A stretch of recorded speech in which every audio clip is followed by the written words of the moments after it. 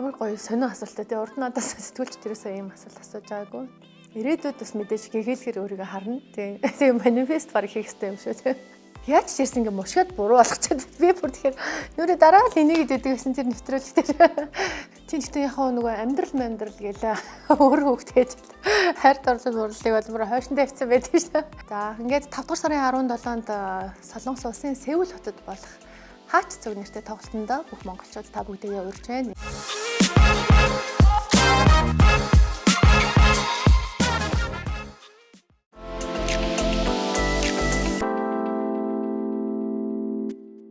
Сайн байцгаана уу.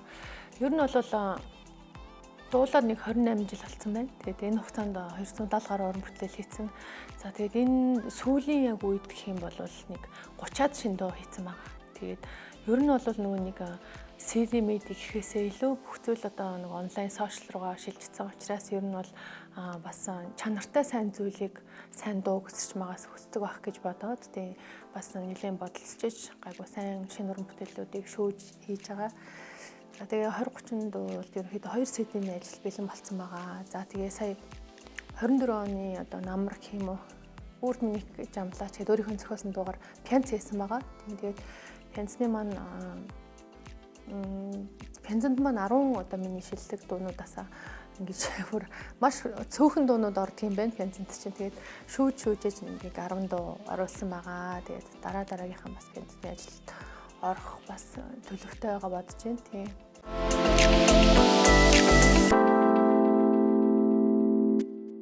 За өнгөрсөн одоо ирээдүй ямар гоё сонио асуултаа тий урд надаас сэтгүүлч тэрээсээ ийм асуулт асууж байгаагүй. За тэгээд өнгөрсөн цаг дээр хэм бол Сэрчмаагийн хувьд бол хөрхөн 2 охинтой боллоо тий олон сайхан уран бүтээлтэй боллоо. Ард түмнийхээ одоо танил дуучин боллоо. Олон газар явж одоо өнгөрүүллээ. Бас ер нь одоо хүний амьдралын цикл гэж ярьдаг шүү дээ. Одоо циклийн дагуу л одоо би тойрог ордол ингээ явж байгаа байх.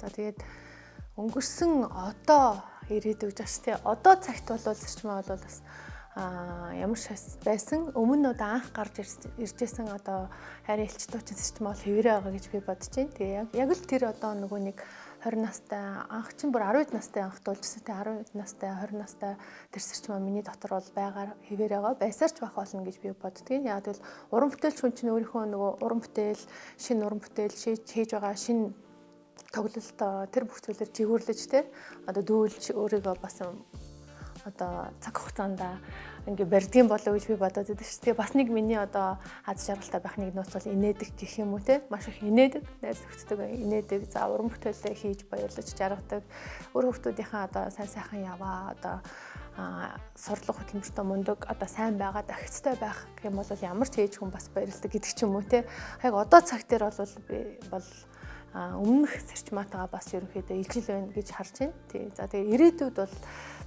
ирээдүйд бас мэдээж гэгээлгэр өөрийгөө харна. Тий. Тэгээ манифест баг хийх хэрэгтэй юм шүү тий.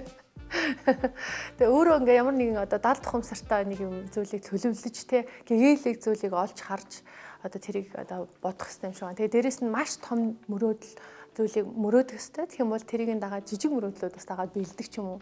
Яг тиймэрхүү маягаар бас өөрийгөө төсөөлж харж байна. Тийм тэгээд ер нь бол Сэрчмаа хэвээрээ байсаар байх болно. Уянгийн дууч, хайрын элч дуучин хайрын дуу дуулдаг тий.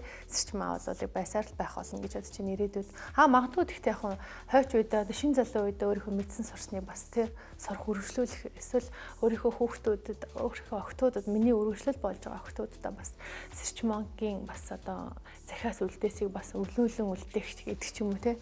Тийм зүйлэл бас ирээдүйд бас төсөөлж харж байна тий.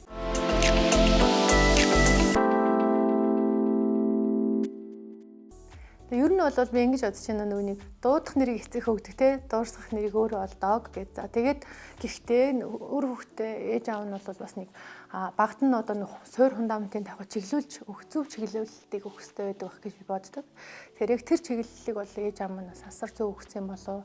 Тэр нь яг юу гэхээр урлагийн сургуульд одоо маш нарийн мэргэжлийн одоо урлагийн хүмүүсийг бэлддэг ганц сургууль байгаа шүү дээ. Хөгжим бүжгийн дунд сургууль, хөгжим бүжгийн консерватори гэ байгаа. Тэр сургууль намайг анх одоо 9 суралцах те дэлхийн хатан хөгжим хийл хөгжмөр сурахад одоо зөвшөөрч ээж аав маань тэр холготроос хорооллоос ингээд те хөгжим хүртэл сансрын автобусанд суугаад ингэж олон буудлыг дамжиж өдөр болгон тэгж олон жил охиныгоо бүр тууштай зөөж ингэж явсны үндсэн дээр өнөөдрийн сэрчмээ бас одоо бүтсэн болов те яг цэвэр урлагийн үнийг одоо ясны урлагийн үнийг бас хийх одоо зүйл нь бол яагаад гэвэл бид бүхэн урлагийн одоо манай уран бүтээлч чинь харангуйтлаа айгүй олон дууч байгаад байдаг шүү дээ. Тэн дотор ч нөгөө нэг одоо юу гэмдэ сонирхогч байгаа те уран сайханч гээд байгаа мэржлийн урлагийн хүмүүс гээд байгаа те гээд ингээд олон янз байгаа. Хүмүүс бол ард түмэн бол дуулдаг бол нийтдэн дуучин гэж хараад байгаа шүү дээ. Тэгэхээр яг одоо цэврэг нарийн мэржлийн урлагийн сургуульд оруулж өгсөн энэ сонголт хамгийн бас бест сонголт те зөв сонголт байсан байхаа гэж би харж байгаа.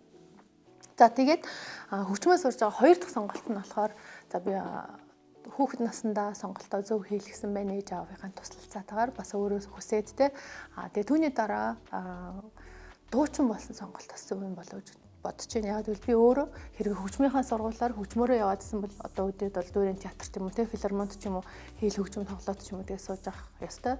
Гэтэл бол яг 8 дугаар ангитай охид хамтлагийн ангийнхаа охидуудтай дуулаачдын одоо дуучин охидууд болоод охид хамтлаг байгуулад тэгээд дуулаад тэгээд дараа салаа зам ирэхээр би ганцаараа дуулаад ингээ явсан маань маш их амжилтыг олж бас чадсан. Тэгэхээр бас дуучин болсон маань бас нэг зөв хоёр дахь сонголт байна гэж харж байна. Өндөрлөлтөө.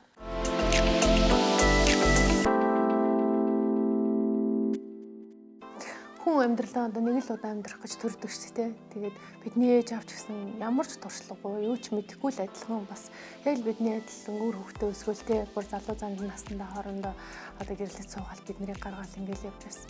Тэгэл одоо ингээ би эргээд одоо ээж аавын байранд ирчээд те ээж аав маань одоо байхгүй болсон би ч одоо ингээ үнчин болсон хүн байна шүү дээ. Тэгээд ээж аавын хайрыг бол маш их одоо сандаг те өгүүлдэг гэх юм уу тийм байдаг. Тэгээд охиныхоо төлөө хамгийн бага охин шүү дээ би отгоо охин нь тэгээд охиныхоо төлөө бүхий л одоо хайраа бүхий л одоо өөрийгөө өрн таран хийж ээж аав хоёр маань гамгүй бас зориулж ээжээ тий тэгвэл хүний цаг гэдэг бол маш их одоо алтан цаг байдаг тэгээд хүүхдтэй зориулсан тэр бүх зүйл болохоор яалтч хүүхдтэй зориулсан оюуны том хөрөнгө оруулалт хийж чадчихжээ тий хэрвээ энэ сургууль намаа ингэж одоо тууштай зөөж охиныхоо төлөө сургуулийнхын төлөө ингэж яваагүй байсан бол те би өнөөдөр одоо сэрчмаа энд ингэж суугаад одоо ард түмний танил дуучин болоод те ингэж явахгүй байх байсан шал өөр мэргэжлэр шал өөр манай гэр бүл урлагийн хүн байдгүй байхгүй тэгэхээр би шал өөр мэргэжлэр л явах байсан те тэгэхээр ээж аав маань бас үнэхээр гэхдээ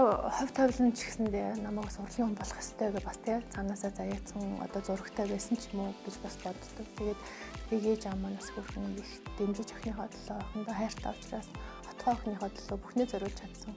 Ээж аав маань одоо ч гэсэн одоо миний сэтгэлд бол амьд те. Яг амьдараа л одоо би ингээд ажил төрлийн одоо сая Мартин амнаар тоглолт маань айгүй гоё шүү. UB Palace-ыг нураахын өмнө хамгийн сүүлчийн түүхэн тоглолтыг хийлээ. Тэгээд үзэгч дүүрэн хүмүүсийг хараад үзэгчтэйгээ хараад миний дуурайч хинэ дагаж дуулахыг хараад айгүйх баярлж байсан. Тэгээд тоглолтынхаа өмнө гэсэн яг ээж аав маань амьд юм шиг би ярьдаг л да. Аав ээж би ингээд тоглолтоо хийх гэж байна те. Одоо ингээд тоглолт маань гоё болоосаа гэж бодож байна. Тэгээд та хоёр маань ингээд охиныгоо туслаарай дэмжээрэй гэдэг ч юм уу те. Ингээд гоё алсаас ингээд дээрээс хараад охиныгоо дэмжээрэй гэдэг дандаа ингээд даатгадаг л да. Тэгээд манайхан ч хүртэл тэгэл одоо амьд бурхан болсон ижи аав гэж ярьдаг. Тэгээд амьд ахуудаа амьд бурхан гэж байгаа юм чинь дараа бурхан болсныхан дараа бүр л одоо бурхан мэдтэй. Тэгээд бурхан шиг л бүхэл зүйлээ хийж даатгах явах нь зөв байдаг бах. Зам мөрийн маань харж хамгаалж явдаг бахаа л гэж би боддог.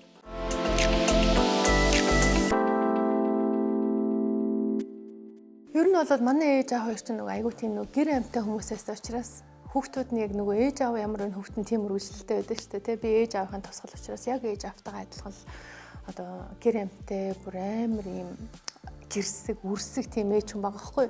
Тэгээ дээрэс нь нөгөө өрх толгойлсон эмэгтэй учраас ээжийн хэмжээтэй аавын дайтай бүр ингээд хоёр хүний дайтай хараар хүүхдүүдэд хайрлах хэрэгтэй болчихж байгаа шүү дээ.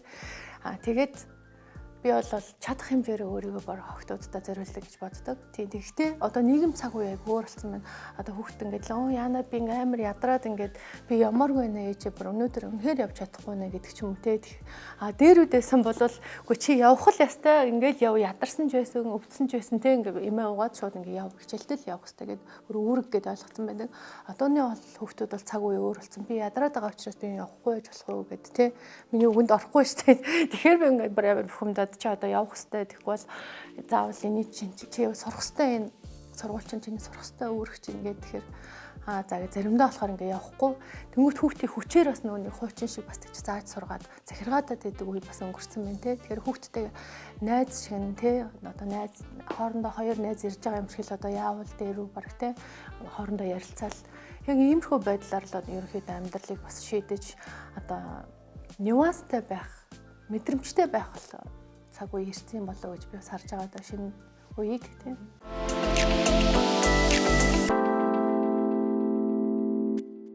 Тийш заримдаа болохоор би бүр готч юм чи хүүхдээ сургаж чадахгүй байгаа ч юм болоо ч гэж бодох шиг. Яа тэгэл нөгөө шилжилтийн насны хүүхд амар их ингээд өөрсөлттэй байд юм байлаа гэж зан ааш нүртэлгийн таалгаа агаал хүнтэй ярмааргүй санагдаад ингээд дүүмөг оруулахгүй байдаг хэл тээ.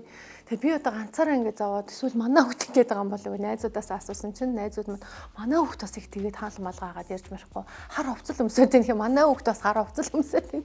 Гэж хоорондоо ярьдаг хгүй. Тэгэхээр за адилхан юм байна гэд.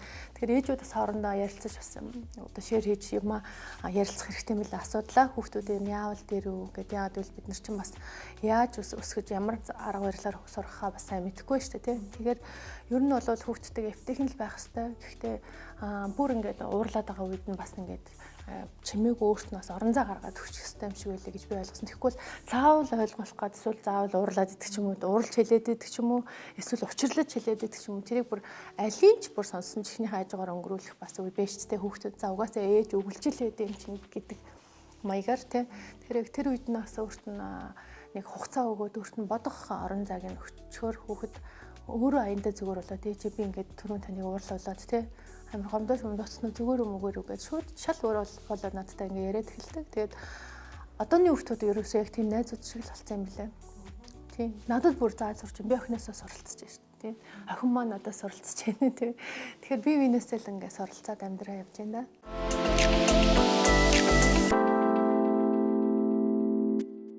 Тэгээ Солонгост байгаа монголчууд маань бас тоглооч гэдэг нөгөө санал тавиад тэгээ 5 дугаар сарын 17-нд тоглолтоо Сеулд хийх гээд байгаа. За Сеулд байгаа Солонгост байгаа монголчууд маань ямар ч хэлсэн миний тэр тоглолтын өдөр опера хаус хийж байгаа. Тэгээд билетийн тикетсийг минээр зарж байгаа. За тэгээд нэг өдөр одоо сэрчмагийнхаа хит дуунуудыг бас сонсож өнгөрүүлэх нэ. Тэгээд тоглолтын нэрийг Хаач цуг гэд нэр өгсөн байгаа дууныхаа нэрээр мэдээж те хаач явсан монгол дуутайгаа хамт шүү, монголчуудтайгаа хамт шүү гэсэн утгыг дайгаад Хаач цуг гэд дууныхаа нэрээр тоглолтоо нэрлэлсэн байгаа. Тэгээд тоглолтод маань болохоор танхаа өрөөлч оролцсон. Одоо сайхан өрөөлөө тавиад тэнд ирсэн бүхэл хүмүүсийг сайхан өрөөлөөр өрөөхөө заа гэхгүй. За тэгээд миний хувьд бол дуунуудад болчихж байгаа. Тэнд бүжгийн охтын хамтлаг болсон. Миний олон дуун дээр бас бүжиглэж бас чимэглэх болно. Хөтлөгч Боби одоо яг төв шиг хөтэлдэг. Боби маань маш чадварлаг авьяастай манд хөгжилтэй залуу. Мэдээж тоглолтын хөтлөхөг бол их сайхан аваад явах хаа гэж би бас бодож байна.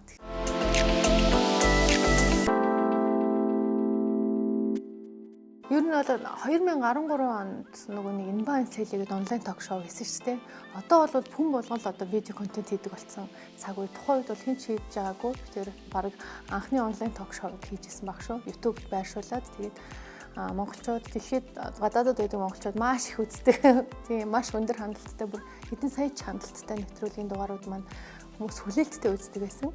Тэгээд тэр дуу нэвтрүүлгээ бас үзэгчдийн хавслаар бас бид хоёр бас нэг шилдэг 10-20 дугаар дахиад хийх байхаа. Нийтдээ бол 50 дугаар хийсэн байхгүй. Тэгээд нэг сэтгүүлч Нямбагасаа болохоор бас зөндөө олон зүйл алтны дэргэд гуй шарлна гэдэг шиг те бас нэлээд ярьж сурсан. Тэгэхгүй бол би ч одоо хөтлөгч биш. Тэгээд дээрэс нь нөгөө тим амир яриатай хүнтэй ингээд суухаар чи намайг л ингээд бүр яаж ч ярьсан ингээд мушгаад буруу болгочод би бүр тэгэхээр нүрэ дараа л энийг идэдэг гэсэн тэр нэвтрүүлэг дээр. Тэгээд нөгөө ер нь бол үзэгчэд сэрчмаа маань ийм амир хөвгчлээ юм байна. Юм инээдэг охин юм байсан юм байна гэдэг те тухайн үед тэгж ярьдаг байсан. Тэгж басан арт хүндээ бас тодорхой хэмжээгээр тэр тухайн үед 13 онд тэртээ 13 онд танигдчихсэн баг. Тэгээд Түүнээс улбаалan ер нь бол ийм ошин шогийн мэдрэмжтэй юм чинь би Sales Comedy Group гэдээ байгуулж игээд группээ байгуулж явжсэн чинь гинтэн бас алга болоод хаягдцсан маа. Нэг болохгүй зураг мураг оруулахаар хаагдчихсан юм билээ ш. Тэгээд 70,000 тавьж байгаа хаагдаад дахиж нөгөөтгөө нэгээд одоо 123,000 гишүүнтэй үйл ажиллагаа явуулаад жил болгон бид шинэ жилээ хийдэг. Бас тэгээд хөрхөн топ гишүүд маань ирээд өөртөө баярлдаг. Олон дуучид маань ирж баяр хүргэж дуулдаг. Айгуу гоё тийм бүр уламжлал болоод Sales Comedy Group-ийн шинэ жилийг хийдэг болсон. Тэгээ бид нар ч бас хөрхөн хүн амьтанд зарлаж өнгөрөхгүйгээр зүгээр нөгөө нэг групп доторх бас нөгөө нэг амьдралын амжиргаа бас доогуур хүмүүстэй бас нөгөө нэг 5 онтой гэрмээр аваад өгсөн, өвчин зовлонтой хүмүүстэй бас ингээ мөнгө босгоод эдэнд 100 сая төгрөг хүртэл босгоод өгсөн. За тэгээд хүүхдийн баяраар ихэд хүртэл ингээ хүүхдүүдэд захын хорооллын хүүхдүүдэд бэлэг ингээ аваад өгчтэй тий.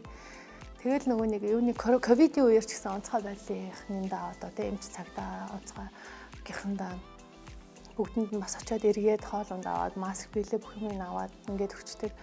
Ийм хөрхэн сэтгэлтэй юм нөгөө эрэг хүмүүс байдаг хгүй манай тэр групп дотор. Тэг тэр хинэн ч одоо би ингэсэн тэгсэн би тэдэнд хөрг өглөө мөлөө гэдэг ч юм уу би ингэж оролцлоо гэдэг ч юм уу тийм хэлдэггүй. Би ч гэсэн ингэж яваад өдөө хүмүүнлэгийн ажил хийдэг гэдгийг бас хэлдэггүй дотроо л өөрсдөө нэгээд яваад байж байгаа. Тэгээд ер нь бол нөгөө сөрөг хүмүүс бол гаднаас орж ирэхээр шууд ингээл бид нарыг зэгэн чимнэл юу бичээд байгаа энэ төр гэл бид нар ч нөгөө комедиан чинь заримдаа нэмэх 18 бичих юм байна шүү дээ. Тэнгүүт бүр амар загнаал ороод ирдэг хүмүүс байдаг. Тэгэхээр тэр хүмүүс нөө таны байх газар биш байна гэж бид нар хэлээл.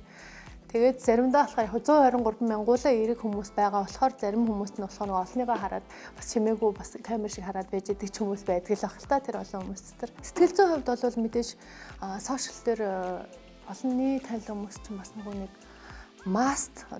массын хүмүүс одоо бүлэдүүлэх те эсвэл ингээ дайралтанд өртөх ч юм уу тиймэрхүү зүйлүүд зөндөө бас тохиолддог. Тэгээд тэр үед бол яг олон жил одоо сошиал анх Facebook одоо IG Instagram өссөн цагаас л ахуулаад хийсэн болохоор бас нэг тодорхой хэмжээний сэтгэлийн дархлаа бас жоох үүссэн байдаг хаа гэж бодож байна тийм.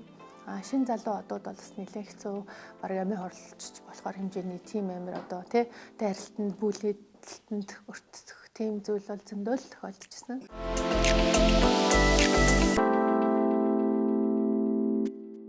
Тийм ер нь бол яг нөгөө нэг техник технологийн хөгжих хэрээр л хүмүүсийн амьд харилцаа үгүй болж байгаа гэсэн үг ч тий. Тэгэл гэртээ ч гэсэн бүгдээрээ уцаа хараад уцаа авах байж байдаг тий. Тэгэхээр өөрсөндөө бас тийм амьд харилцаа үүсгэх. За тэгээд ер нь хүн унтахтаа хүн байнга ингэж чимээнд аягүй ядарч байдаг юм байна л да.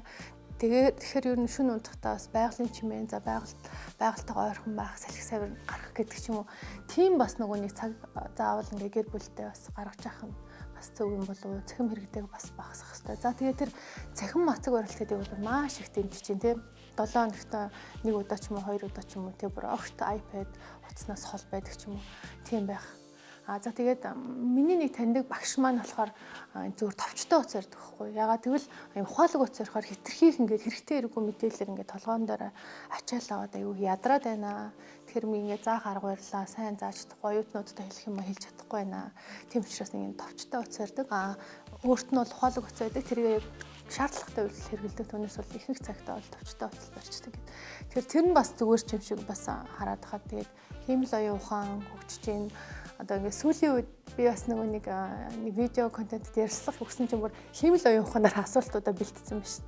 Тэгээ шууд хиймэл оюун ухаанаас асуусан асуултуудаараа би бүр хариулаа явсан. Тэгэхээр одоо ер нь бол компьютер одоо компьютер роботын баг нөгөө Терминатор киноны баг жинхэнэ 90 ирж байгаа юм шүү гэж би бас хараад байна л да компьютер бүх юм одоо баг робот бүх юм доор баг хүн баг компьютер робот техник технологийн доор одоо бүх зүйл хиймэл оюун ухаанаар хүнийг баг удирдах бас болж байгаа юм шүү гэж би бас хараад байгаа.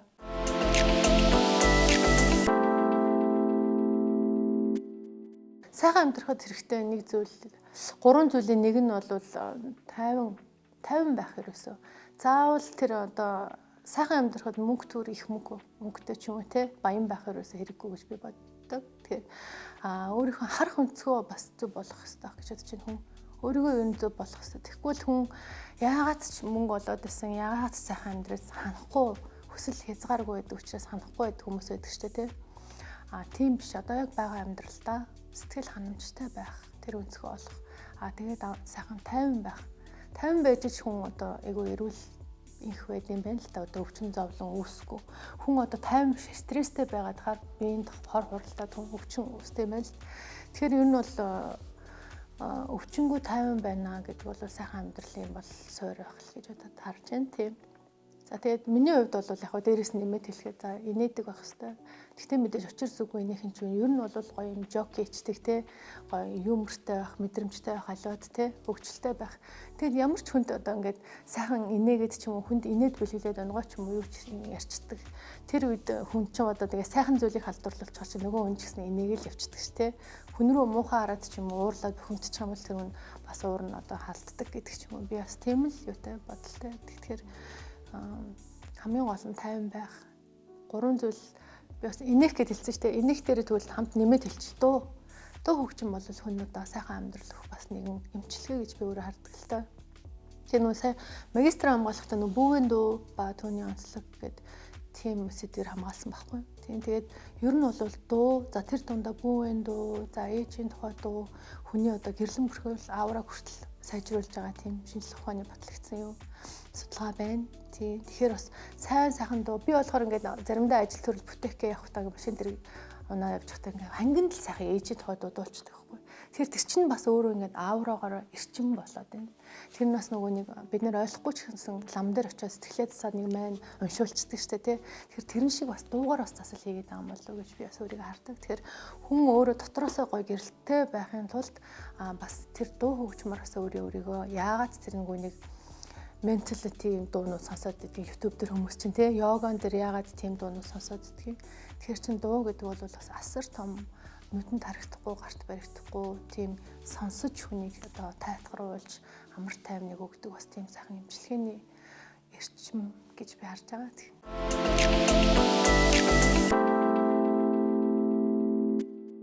Би ер нь бас дуулах дуун дээр шүлтүүртэй ханддаг шүү. Ер нь бол аз шаргалтай гоё бүтэлтэй хайр марийн тухай дуулд юм дуулах туфтаа. Тэгэхгүй бол ер нь бас нөгөө нэг заримдаа ингээд хүмүүсийн захиалгын дуу орж ирдэг шүү дээ. Одоо ингээд нөгөө талигаач зориулсан дуу, талигаач энийг сонсомоор байдаг байсан, энэ үгэн дуртай байсан гэдэг ч юм уу. Тэгээд үгийнх нь утгыг уншихаар бас нэг жоохон онцгой утгатай ч юм уу. Яг тиймэрхүү үед бол ерөөсөө огт дуулдаггүй. Түүнээс одоо захиалгын дууг мөнгөний одоо аваад дуулаад ч болохгүй шүү дээ. Ягаад гэвэл миний дуу хоолоор тэр дууч нөөрөө яруу найрагч одоо хөгжмийн зохиолчоос бүтээд дуучин дуулаад одоо тэр дууны сүнсийг хийж тэр дуу амилж босч ийн гэсэн үг шүү дээ. Тэгээд хүнээс хүний чихэнд сөрхнээс сөрхөнд хүрч тэр дуучин амилдаг. Тэгжиж хийт болоод амнаас амд амждаг. Тэр чин тэр дуучныг амилаад босоод ирсэн яг тийм сүнслэг дуу болчих чинь гэсэн үг л дээ. Тийм учраас бас тийм цензуртай ханддаг шүү. Тэгээд бас тэр үеийн дуу, ардын дуу, гойлонгоо, молонгоо бас дуулдаггүй, хонсон ташуур гэдэг дуу бас дуулдаггүй гэдэг ч юм уу тийм. Үлэмжийн чанар гэдэг дууг хамаагүй дуулж болдгоо мэддэг хүнэн дуулвал дуусан дуустал нь яг тэр бүх бадгийн дуулах хэрэгтэй гэдэг ч юм уу зөндөө олон тийм бас ам ярэ бас тиймнүүд байдаг шүү дээ тийм. Тэгэхээр бол бас дуу дуулахдаа бас сайхан аз шаргалтай сайхан дуунуудыг л дуулах хэрэгтэй гэд бодоод байдгийн. My Way гэдэг дуу шүү дээ. Тэр дууг дуусан айгүй олон дууч таснаас орсон гэж би бас сонсч байсан. Тийм тэгэхээр бас нөгөө нэг дуу гэдэг өөрөө нэг бас нэг энергитэй байдаг юм шиг байна.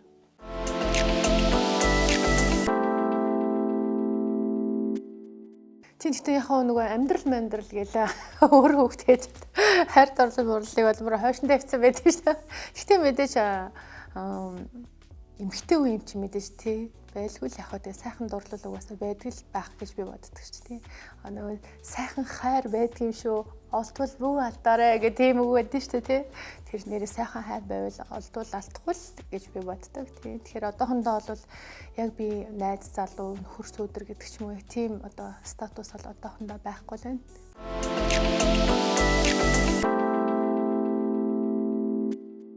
За ингээд 5 дугаар сарын 17-нд Солонгос улсын Сеул хотод болох Хаач цог нэртэй тоглолтонд бүх монголчууд та бүгдээ урьж байна. Ингээд та бүхэнтэйгээ 17-нд 5 дугаар сарын 17-нд Опера Хауст уулзцгаая. Ингээд гүрэн цэгийн мэнийг үтсэн та бүхэндээ маш их баярлалаа. Үргэлж та бүхэн хамтдаа байгаарай.